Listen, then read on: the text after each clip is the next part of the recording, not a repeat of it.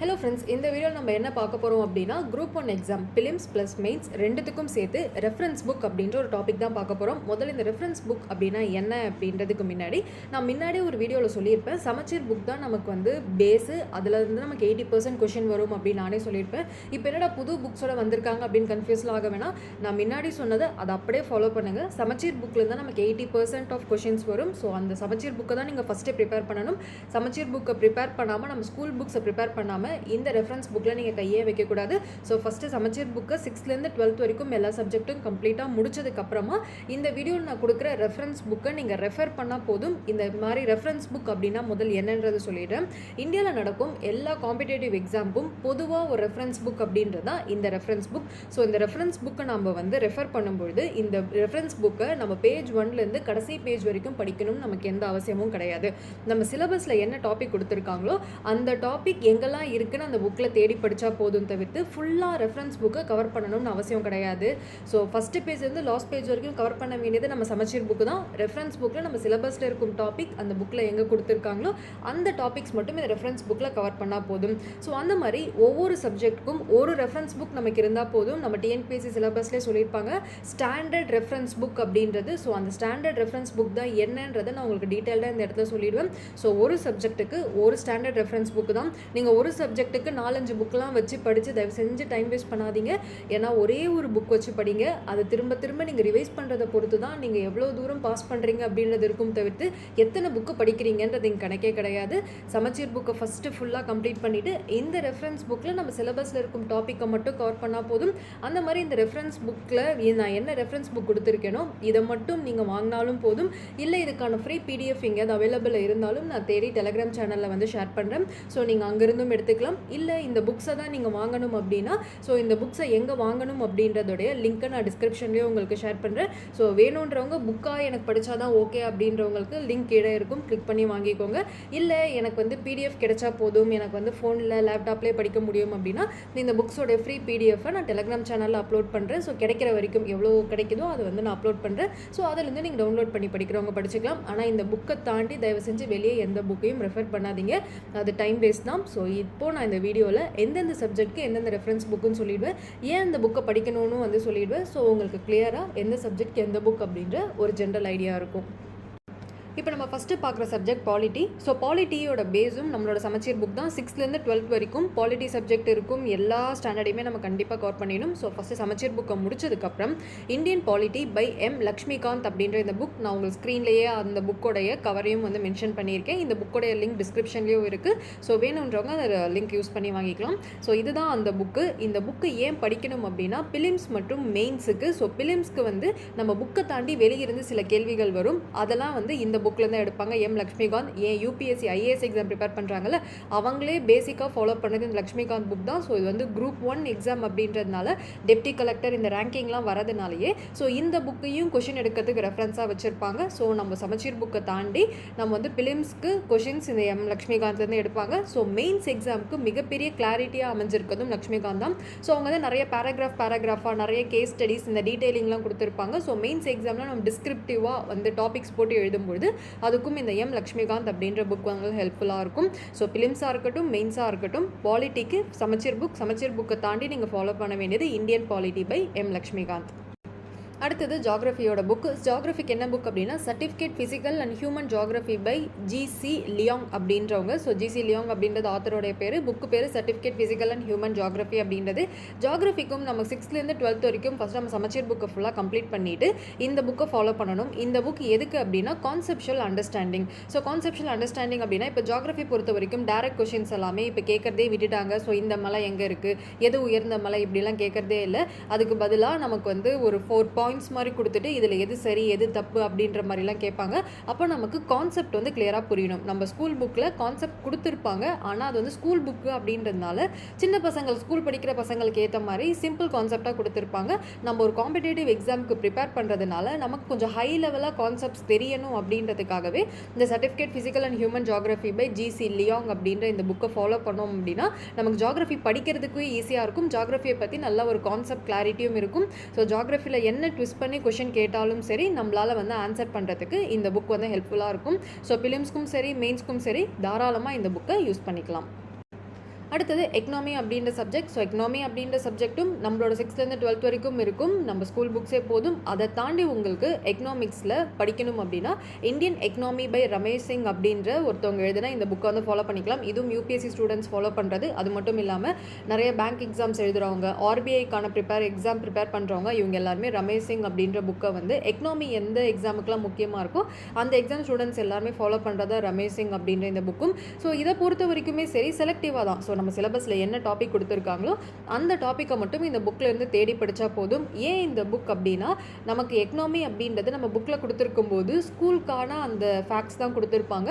ஆனால் நீங்கள் ரமேஷ் சிங் புக்கை படிக்கும்பொழுது அந்த ஃபார்முலாஸ்லாம் இருக்கு இல்லையா, அந்த ஃபார்முலாஸ்க்கான அந்த நிஜமான சம்ஸ்லாம் இப்போ நம்ம ஒரு ஜிடிபி கேல்குலேட் பண்ணுறோம் அப்படின்னா ரியலாக ஜிடிபி எப்படி கேல்குலேட் பண்ணுறாங்க அப்படின்னு சால்வ் பண்ணி காட்டியிருப்பாங்க. ஸோ ஒவ்வொரு ஃபேக்டரும் ஸோ என்ன ஸோ அப்படின்றத வந்து அவங்க ஈஸியாக வந்து நிறைய எக்ஸ்பிளைன் பண்ணி சொல்லியிருப்பாங்க. ஸோ நமக்கு எக்கனாமியை வந்து ஈஸியாக அண்டர்ஸ்டாண்ட் பண்ணிக்கிறதுக்கு இந்த புக் யூஸ்ஃபுல்லாக இருக்கும். ஸோ அதே மாதிரி முன்னாடி நம்ம ஜியோகிராஃபிக்கு பார்த்த மாதிரி தான் கான்செப்ட்ஸ், அதாவது எக்கனாமியோட கான்செப்ட் புரியறதுக்கும் எக்கனாமி பேஸ்டு அந்த ப்ராப்ளம்ஸ் இருக்கு இல்லையா, அந்த ஃபார்முலாஸ் இதை புரிஞ்சுக்கிறதுக்கும் சால்வ் பண்ணுறதுக்கும் Indian economy by Ramesh Singh அப்படின்ற இந்த புக் வந்து யூஸ்ஃபுல்லாக இருக்கும்.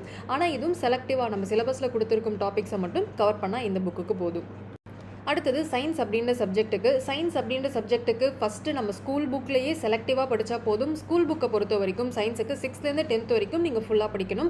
11th 12th பொறுத்த வரைக்கும் நம்ம சிலபஸில் என்ன டாபிக் கொடுத்துருக்காங்களோ அதை மட்டும் நமக்கு சயின்ஸில் கவர் பண்ணாலே போதும். ஆனால் இப்போ நான் ஜென்ரல் சயின்ஸ் பை லூசன்ட் அப்படின்னு இந்த புக் ஏன் கொடுத்துருக்கேன் அப்படின்னா இதில் நிறைய கொஷின்ஸாக கொடுத்துருப்பாங்க. சயின்ஸை பொறுத்த வரைக்கும் நமக்கு நிறைய கான்செப்ட்ஸாக அண்டர்ஸ்டாண்ட் பண்ணிக்கிறத விட கொஷின்ஸாக சால்வ் பண்ணி பார்த்தா ஈஸியாக இருக்கும். சயின்ஸ் நம்ம ஸ்கூல் புக்கை முடிச்சுட்டு ரிவிஷன் பண்ணுறதுக்கு இந்த புக்கை வந்து யூஸ் பண்ணிக்கலாம். So quick revision plus fact based questions. So question science based கொஷினை ப்ராக்டிஸ் பண்ணி பார்க்குறதுக்கு, ஏன்னா சயின்ஸில் இப்போ ஃபிசிக்ஸ் கெமிஸ்ட்ரிலாம் எடுத்திங்கன்னா நிறைய சம்ஸ் இருக்கும், ஃபார்முலாஸ்லாம் சால்வ் பண்ண வேண்டியது இருக்கும். நம்ம புக்கில் அதெல்லாம் பெருசாக கொடுத்துருக்க மாட்டாங்க. ஸோ அதனால் ஃபஸ்ட்டு நம்ம ஸ்கூல் புக்கை முடிச்சுட்டு சயின்ஸை நீங்கள் ரிவைஸ் பண்ண போகிறீங்கன்னா அப்போ இந்த book general science by Lucent அப்படின்ற இந்த புக்கை நீங்கள் யூஸ் பண்ணிக்கலாம். ஆனால் இந்த புக்கை படிக்கிறதுக்கு யூஸ் பண்ணக்கூடாது, நம்ம ஸ்கூல் புக்கு தான் வந்து யூஸ் பண்ணணும்.